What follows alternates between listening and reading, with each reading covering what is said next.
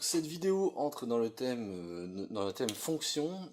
Donc on va s'intéresser en fait au commencement des fonctions, c'est-à-dire se poser la question déjà de qu'est-ce que c'est qu'une fonction, comment on note une fonction, et qu'est-ce qu'un ensemble de départ, qu'est-ce qu'un ensemble d'arrivée, qu'est-ce qu'on appelle une image, et qu'est-ce qu'on appelle un antécédent. Alors une fonction c'est la donnée, donc par exemple je vais appeler une certaine fonction t, donc c'est la donnée de deux ensembles. Donc là par exemple je me donne deux ensembles qui sont l'ensemble des réels et l'ensemble des réels positifs, et d'une relation qui, à un certain t, va m'associer une certaine expression dépendant de t, donc qui sera notée t de t. T est un nom de variable, on peut l'appeler comme on veut. Par exemple, voici une fonction qui a un élément x va associer x au carré. C'est-à-dire que pour chaque valeur de t, en fait, il y a une image, ce qu'on appelle une image, qui s'appelle t de t. Bon, pourquoi je l'ai appelé t? Parce que je voulais donc illustrer concrètement un exemple de fonction sur ce graphe. Donc voici une fonction qui me donne dans la pièce dans laquelle vous êtes, qui donne en fonction du temps, c'est-à-dire au moment où vous êtes par exemple compté en jours, qui vous donne la température associée dans cette pièce au point où vous êtes, quoi. Donc là typiquement par exemple au temps t égale 0, la température, imaginons qu'elle soit négative dans la pièce où vous êtes, puis au bout de 6 jours elle augmente, et au bout d'un moment elle redescend, etc. etc. Donc à chaque instant t, il va y avoir dans la pièce une certaine température qu'on va noter T de T.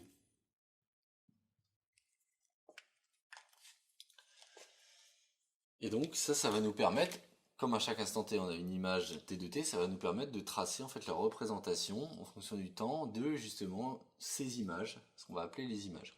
Les images, donc de petit t par la fonction grand T. Alors qu'est-ce qu'on appelle ensemble de départ de la fonction? L'ensemble de départ, c'est l'ensemble des valeurs initiales qu'on prend et à laquelle on applique la fonction. Donc là typiquement, c'est ce que j'ai représenté en fait en rouge sur mon axe, ça correspond à mon ensemble de départ, ça va être grand R. Donc ça c'est mon ensemble de départ.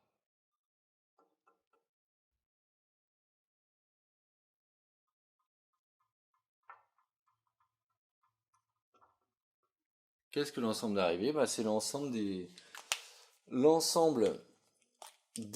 ce qu'on appelle images des instants t par la fonction grand T. C'est l'ensemble, ce qu'on appelle l'ensemble d'arrivée.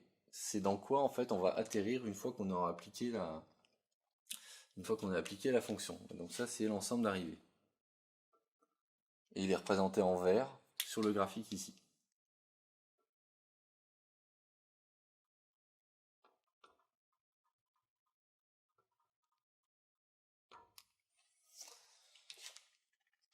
Voilà, donc ça c'est pour les éléments de langage, ensemble de départ, ensemble d'arrivée.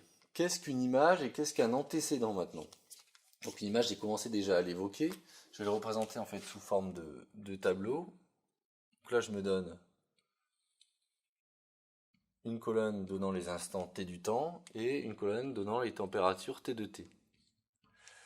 Bon, se demander quelle est l'image d'un certain instant t, donc par exemple je vais prendre t égale 6 comme sur le dessin ici. En fait, c'est se demander qu'est-ce que vaut t de 6. En fait, à quoi est égal t de 6. Et t de 6, si on le trace, on se rend compte qu'on est à peu près, on va dire à 20 degrés, admettons, 20 degrés Celsius. On a t de 6 égale 20. Autrement dit, 20 est l'image de 6 par la fonction grand T. Donc l'image de 6, c'est 20. Donc l'image, c'est la valeur de t de t, une fois qu'on a appliqué en fait grand T à petit t. Qu'est-ce qu'un antécédent? Un antécédent, c'est la démarche inverse, c'est-à-dire on va se donner un élément dans l'ensemble d'arrivée cette fois-ci. Donc par exemple, prenons 15, et on va se poser la question inverse. C'est pas de se dire qu'est-ce que l'image de 15 par la fonction, mais à qui peut-on appliquer la fonction pour que ça arrive sur 15 en fait. Donc la question c'est plus qui la fonction va envoyer sur 15. Donc il faut noter une chose importante, c'est que pour une fonction, à un instant t donné, on a une unique image. C'est-à-dire, j'ai une unique image nécessairement, sinon c'est pas une fonction. Tandis qu'on peut avoir éventuellement plusieurs antécédents, comme on va le montrer sur la figure ci-contre. Donc si je prends 15 degrés, en fait je remarque que je coupe la courbe plusieurs fois. En fait, il y a deux instants t auxquels la température dans la pièce sera bien égale à 15. Donc par exemple, là on est à peu près à t égale 4 jours. Et là on va dire qu'on est à peu près à t est égal à 10 jours. Donc on a deux instants t auxquels il fait 15 degrés dans la classe. Durant lesquels il fait 15 degrés. Donc là par exemple, on a deux antécédents à 15 qui sont 4 et 10. Voilà.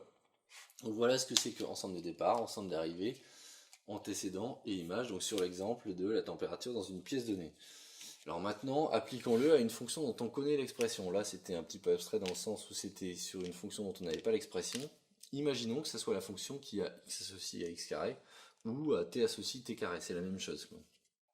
Cette fonction partant de R, arrivant dans R+. Donc faisons un petit dessin et représentons cette fonction x donne x carré. Donc là, je note cette fois-ci la variable x, donc on pourrait l'appeler comme on veut, encore une fois. Qu'est-ce que le motif de la fonction x donne x carré? X donne x carré, c'est une parabole de tangente horizontale en 0 qui tend vers plus l'infini, en plus l'infini et en moins l'infini. C'est une fonction qui est paire, c'est-à-dire qui est symétrique par rapport à l'axe des ordonnées. Voilà ce que c'est que x donne x carré. Et donc, on va essayer pour ce motif-là, pour cette fonction-là, de répondre à ces quatre questions qui nous permettent de déterminer l'ensemble de départ, d'arrivée, image et antécédent d'un certain point. Alors qu'est-ce que l'ensemble de départ ici? L'ensemble de départ, qui n'est pas à confondre avec l'ensemble de définition qu'on verra dans une autre vidéo. Donc l'ensemble de départ, c'est l'ensemble duquel on part, c'est-à-dire R.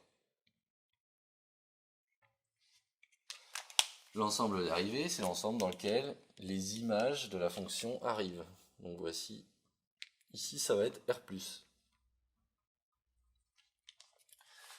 Qu'est-ce que l'image de 1 par la fonction? C'est ce que vaut 1 une fois qu'on lui a appliqué f. C'est-à-dire l'image de 1 par la fonction, c'est f de 1. Et f de 1, c'est 1 au carré. Et 1 au carré, c'est 1. Donc l'image de 1, c'est 1. On peut même la représenter sur le graphique. Ici j'ai 1. Et ici j'ai f de 1, qui vaut 1 au carré, qui vaut 1. Bon. Quels sont les antécédents de 1? Alors ça c'est intéressant parce qu'on voit que l'image de 1, il n'y en a qu'une seule.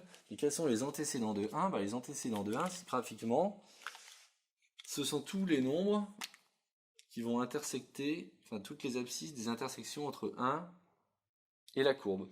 Et donc il y avait non seulement 1 qu'on vient de déterminer, mais il y en a aussi un autre.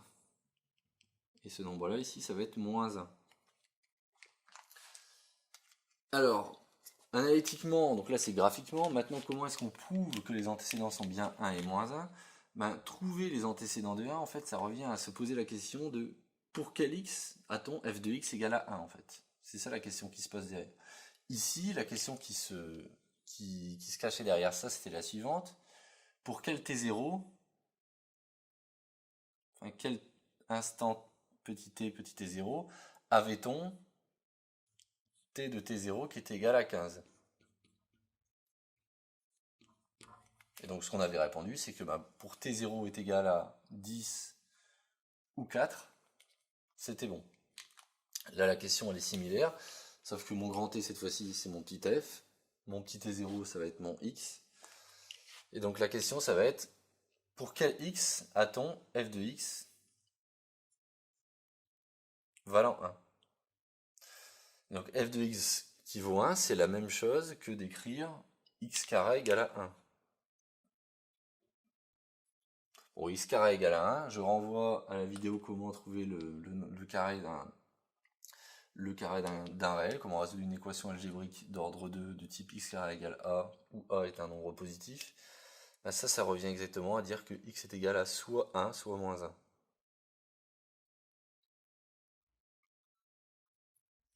Et donc on obtient nos deux antécédents qu'on avait trouvés, c'est-à-dire -1 et 1, qu'on retrouve ici. Voilà, donc ça nous permet de terminer la vidéo sur l'introduction des fonctions, ce que sont les notions comme les ensembles de départ, d'arrivée, antécédents et images.